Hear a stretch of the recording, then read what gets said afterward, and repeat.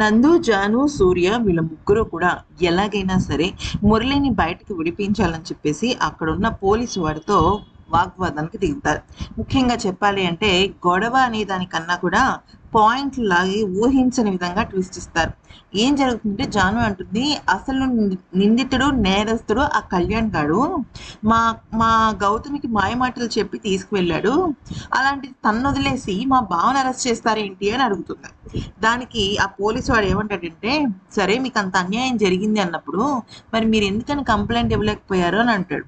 అంటే నిజమే కదా, కానీ వాళ్ళకేంటి, ఆడపిల్ల పరువు పోతుంది, ఇప్పుడు మన నలుగురికే తెలిసింది, రేపు 4 ఏళ్ళకి తెలుస్తుందని చెప్పేసి వాళ్ళు ఇవ్వలేదు.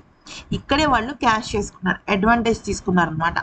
అయితే అప్పుడు ఈమంటుంది, నందు సరే ఓకే మా బావని తీసుకొచ్చారు, ఎక్కడ గొడవ జరిగింది, ఎందుకు కొట్టాడు, అసలు ఏమైంది అనే విషయాన్ని నార్మల్గా ఎంక్వైరీ చేశారా, గొడ్డును బాదినట్టు బాదుతున్నారు, మీకు కంప్లైంటే కాదు చాలా డబ్బులు కూడా ఇచ్చాడు ఆ సింహాద్రి అనగానే వీడికి నోట్లోంచి మాట రాదు పోలీసోడికి. ఎందుకనంటే అసలు ఎంక్వైరీ చేయాల్సిన పద్ధతి అదే కదా, అలా చేయకుండా పిచ్చి పిచ్చిగా వ్యవహరిస్తాడనమాట.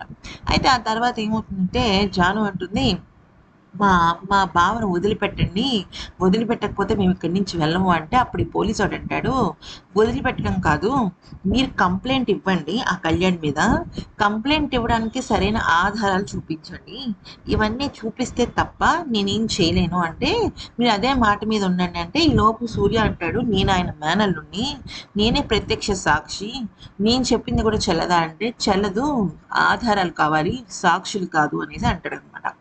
అయితే ఈలోపు ఈ అబ్బాయికి మాత్రం మురళికి మాత్రం చాలా ఆనందంగా ఉంటుంది. ఎందుకని అంటే వాళ్ళ తన భార్య కాదు, నువ్వు తాళి మాత్రమే కట్టావు అని తను ఎంతగానో ప్రేమించిన నందు, బావా నువ్వే నా బాధ్యత, నువ్వు లేనిదే నేను లేను అన్నట్టుగా తల్లడిల్లిపోతూ ఉంటుందన్నమాట. నువ్వేం బాధపడకు బావా అని చెప్పి తన కళ్ళల్లో ప్రేమ, మాటలో ఆప్యాయత అవన్నీ స్పష్టంగా తెలుస్తుంటాయి.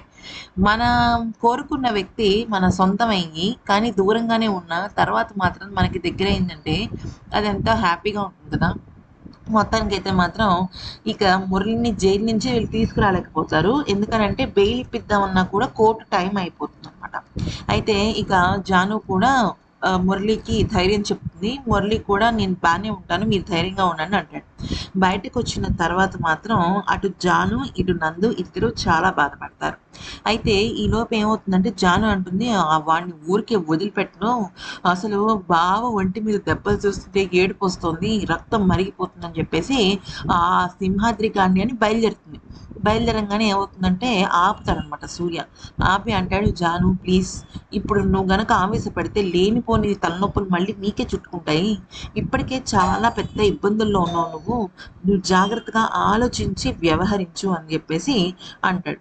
అయితే అంటుంది, ఏంటి సూర్య నువ్వు మాట్లాడేది, అసలు అరెస్ట్ చేయాల్సింది ఆ దుర్మార్గుని, వీడేమో ఆ సింహాద్రి గాడిని డబ్బులకు అమ్ముడిపోయి ఈ పోలీసులు మా బావని అరెస్ట్ చేశారు, ఇప్పుడు నేనేం చేయాలి అని అంటే, నువ్వు ఇప్పుడు ఏం కంగారు పడకు, ఎలాగైనా సరే నేను మురళిని బయటకు తీసుకొస్తాను, ముందు బెయిల్ ఇప్పించాలి, నేను రేపు లాయర్తో మాట్లాడతాను, నువ్వు దయచేసి ఆవేశపడకు, నీ ఆవేశాన్ని మా సింహాద్రి మావయ్య చాలా అడ్వాంటేజ్ తీసుకుంటాడని చెప్పేసి ఓదారుస్తాడు. కొద్దిగా డూస్ డోన్స్ చెప్తాడనమాట.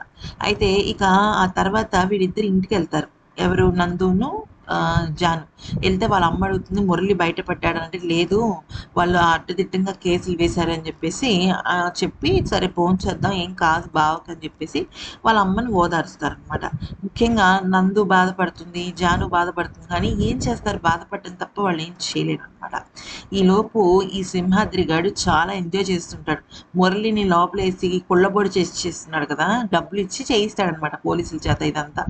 హ్యాపీగా ఫీల్ అవుతుంటే ఈలోపు సూర్య వస్తాడు. సూర్య వచ్చి ఏమంటాడంటే అదేంటిది, ఇలా వచ్చి నుంచుంటా, అల్లుడు రా రా రా, అల్లుడు కాదు నా కాబోయే అల్లుడివి నువ్వు, ఈ ఇంటికి నువ్వే వారసుడివి అని చెప్పేసి రకరకాలుగా మాట్లాడతాడనమాట. నేను ఇక్కడ కూర్చోడానికి రాలేదు అంటే, కూర్చోడానికి రాలేదా, నేనే మీ ఇంటికి వచ్చి పిలుద్దాం అనుకుంటున్నాను అల్లుడు, ఎందుకనంటే నిత్య బర్త్డేని చాలా గ్రాండ్గా సెలబ్రేట్ చేస్తున్నాం. ఇంకొక మాట చెప్పాలి అంటే అసలు ఊహించని విధంగా నిత్య బర్త్డే జరుగుతుంది, నేనే నిన్ను పిలుద్దాం అనుకుంటున్నాను, నువ్వు కూడా నీ రేంజ్ తగ్గట్టు వాళ్ళని పిలుచుకో, నో ప్రాబ్లం అని చెప్పేసి అంటాడు అనమాట. అని భుజం మీద చెయ్యేస్తే చైతి అనేసి అంటాడు. అనగానే కొంచెం షాక్ అవుతాడు ఈ సింహాద్రి. చైతి అని చెప్పేసి చేయి తీసి నువ్వేం చేస్తున్నావు నీకు అర్థమవుతుందా? నువ్వు అల్లుడు అంటే నేను అల్లుడిని అయిపోను. మా అమ్మ ఒప్పుకుంటే నేను మీ అల్లుడిని అయిపోను. నిత్య ప్రేమిస్తే నేను అల్లుడిని అవును. నాకు నచ్చాలి. నేను పెళ్లి చేసుకుంటేనే నేను నీ అల్లుడిని అవుతాను. నేను సూర్య నీ మేనల్లుడిని మాత్రమే. అది కూడా మా అమ్మ నీ చెల్లెలు అవ్వటం వల్లే అలా జరిగింది తప్ప నేను నీ అల్లుడిని కాదు అని చెప్తాడు. చెప్పిన తర్వాత ఇంకొక మాట ఏమంటాడంటే, నేను అసలు ఇక్కడికి వచ్చిన దానికి కారణం ఏంటంటే నీ కొడుకు కళ్యాణ్ తోట పేపర్లు ఇస్తానని మాయమాటలు చెప్పి ఆ అమ్మాయిని తీసుకువెళ్ళి లోపల బంధించి పాడు చేయబోయాడు. ఆ విషయం గనక జాను నిరూపిస్తే కళ్యాణ్ 50 సంవత్సరాల లోపలే ఉంటాడు. నువ్వు ముసలాడివి అయిపోతావు. ఆ విషయం చెప్దామని వచ్చాను. మర్యాదగా నువ్వు మురళి పైన పెట్టిన కేసుని వాపస్ తీసుకో. అంతేకాదు వాళ్ళ తోట జోలికి కూడా చాలా దారుణంగా నువ్వు అడ్డుపడుతున్నావు. నువ్వు దాన్ని తప్పించుకో అంటే అప్పుడు ఈ సింహాద్రి కోపం వచ్చి అంటాడు, నువ్వు ఒక విషయం గుర్తుపెట్టుకో. ఏదో నాకొచ్చి నీతులు చెప్పాలని చెప్పకు సూర్య.